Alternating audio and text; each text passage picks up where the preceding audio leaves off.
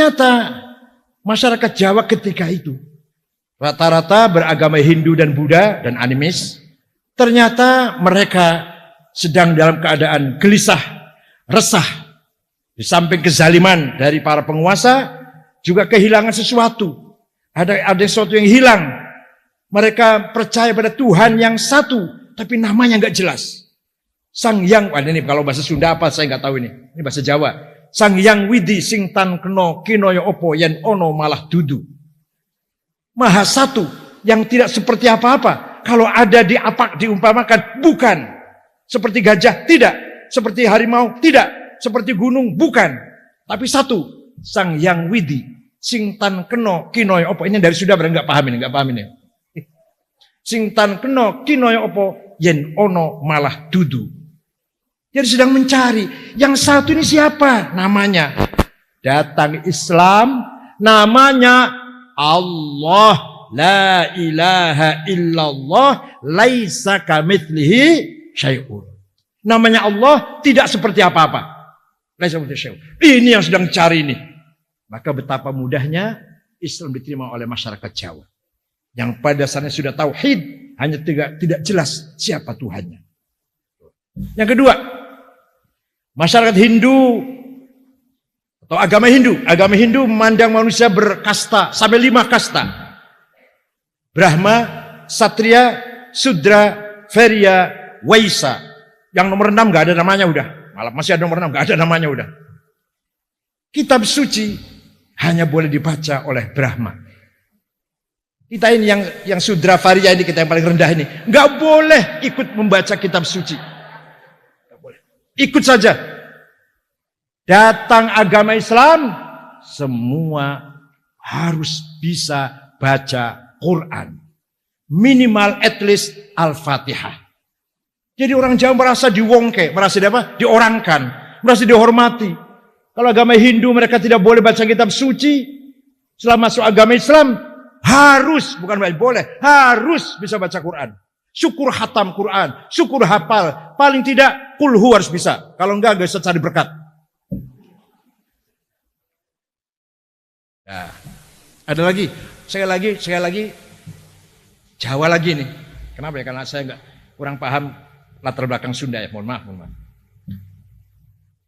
Sudra Varya Waisa tidak boleh menggunakan kata ingsun.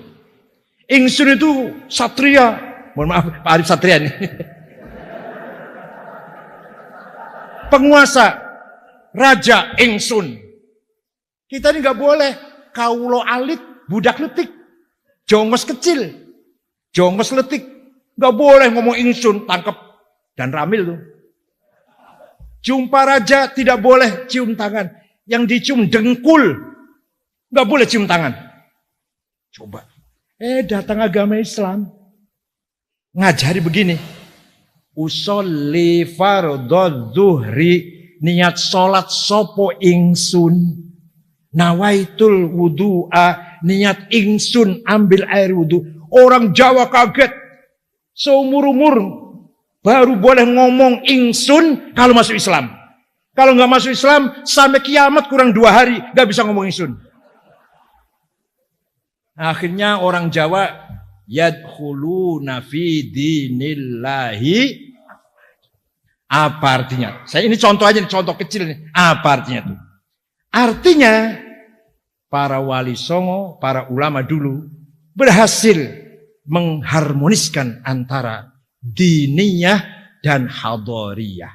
Antara nilai doktrin agama, yaitu tauhid dan ibadah, syariah dan akidah syariah, dan budaya. Yang hasil kreativitas, hasil inovasi, kreasi dari manusia yang bersifat waqi'iyah, ardiyah. Kalau mau contoh lebihan lagi, gini. Sahabat membawa Islam ke timur. Setelah masuk Persia, melihat ada bangunan tinggi 15 meter, 10 meter, 15 meter. Di atasnya ada apinya. Apinya disembah. Agama Zoroaster. Kitab sucinya Avesta, Sandinista kitab sucinya. Para sahabat, ini bangunan naon ya teh? Ini bangunan apa ini? Dilihat di atas ada api.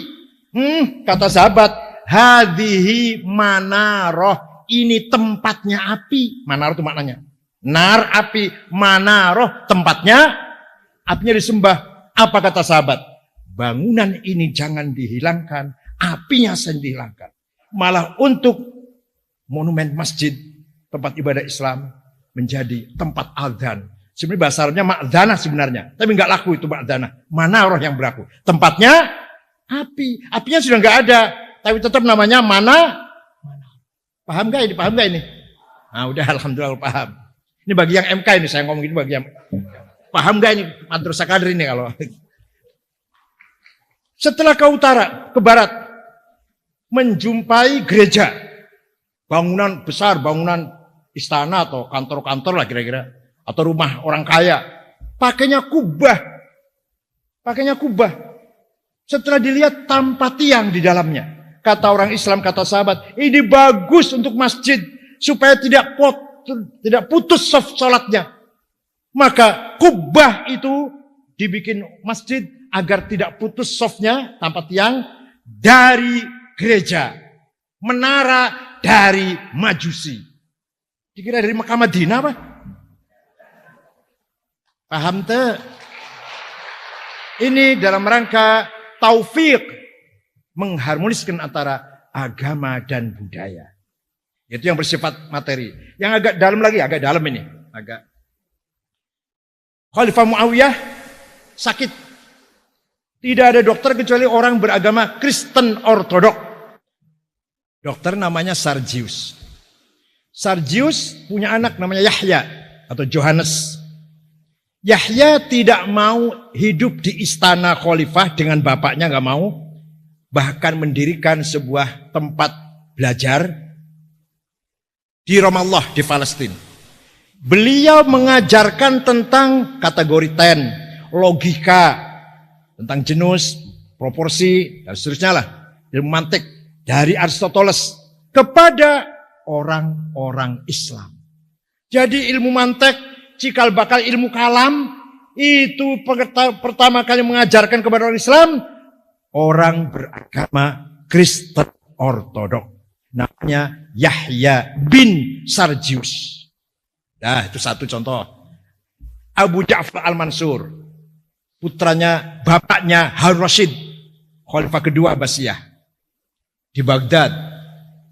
Sakit perut, dapat dokter beragama Majusi, namanya Jirjis bin Bakhtiyasyuk.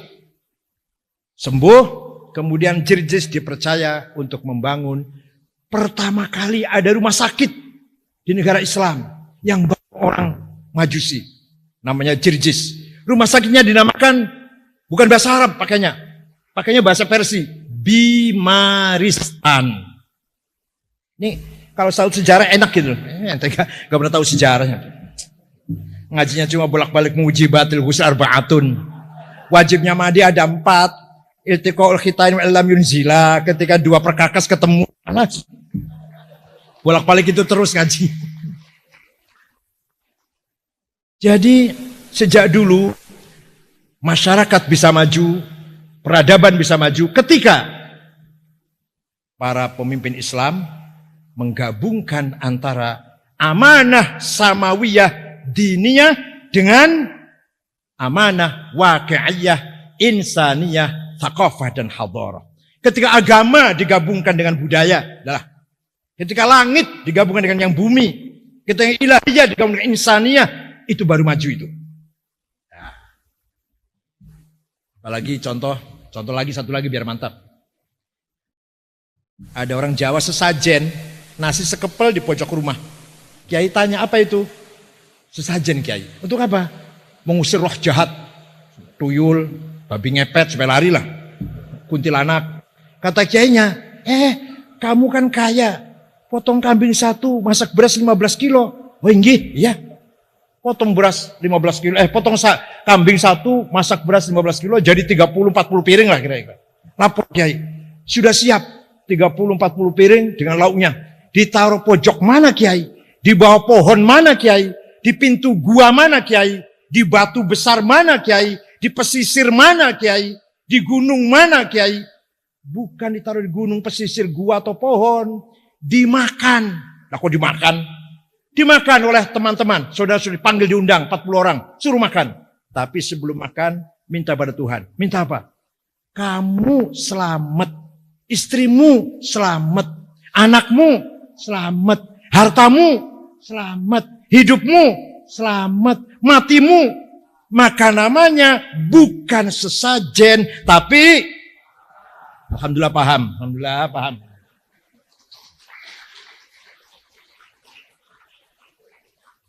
Dengan demikian, hanya dengan demikian, maka orang Jawa berbondong-bondong masuk Islam. Ini yang saya maksud dengan Islam Nusantara.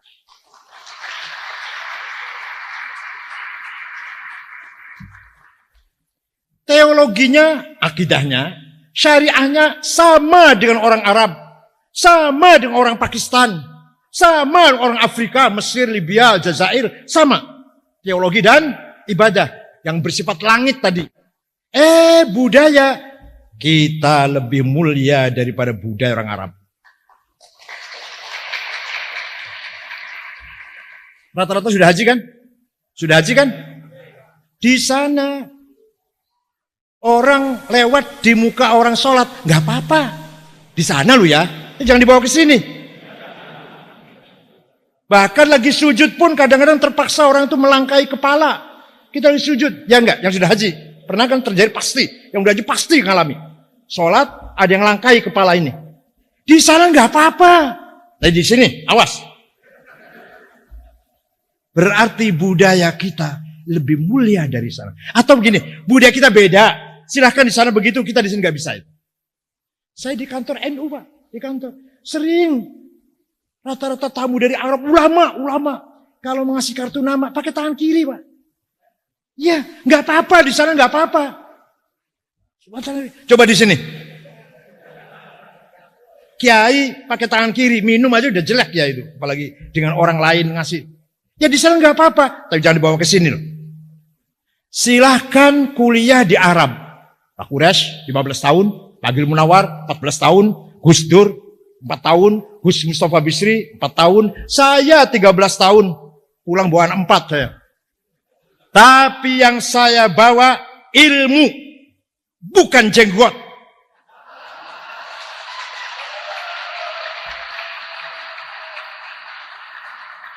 Bukan gamis, bukan budayanya, bukan akhlaknya, bukan. Silahkan kuliah di Australia, Amerika atau Eropa. Pak Satria, di mana Pak? Jepang. Kalau Jepang masih mendingan, masih bagus sih. Enggak, artinya sama anunya, budaya sama, hampir sama lah, masih hormat. Silahkan kuliah di Amerika atau di Eropa. Pulang jangan bawa budaya Amerika. Mentang-mentang Amerika, bir selalu di tangan, bawa bir. Ini IPB, ini Bogor ini. Dikira Harvard apa? Ciuman di halaman kampus itu. Silahkan kuliah di Amerika. Pulang bawa ilmu, teknologi. Jangan bawa budayanya. Paham? Itu artinya Islam Nusantara. Laisa madhaban jadidan. Wala firqatan jadidah.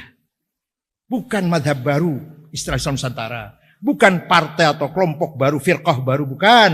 Tapi khasa'is wa mumayyizat. Tipologi budaya kita. Apa ada Qur'annya? Ada, jangan khawatir. Wala tasubbul ladzina yad'una min dunillahi fayasubbullaha adwan bighairi ilm. Kadzalika zayyana likulli ummatin amalahum. Kamu jangan saling mencaci maki. Saya telah memberikan setiap umat punya budayanya masing-masing. Jangan saling mencaci maki. Kadzalika zayyana likulli ummatin amalahum. Setiap umat mempunyai budaya, mempunyai kreativitas, mempunyai produksi-produksinya, tradisinya, dan apa inovasinya yang mereka banggakan. Jangan kamu saling mencaci maki. Coba, Quran sampai ke budaya aja harus dihormati. Apalagi pada agama. Budayanya pun harus dihormati. Kecuali kalau budaya yang bertabrakan dengan syariat.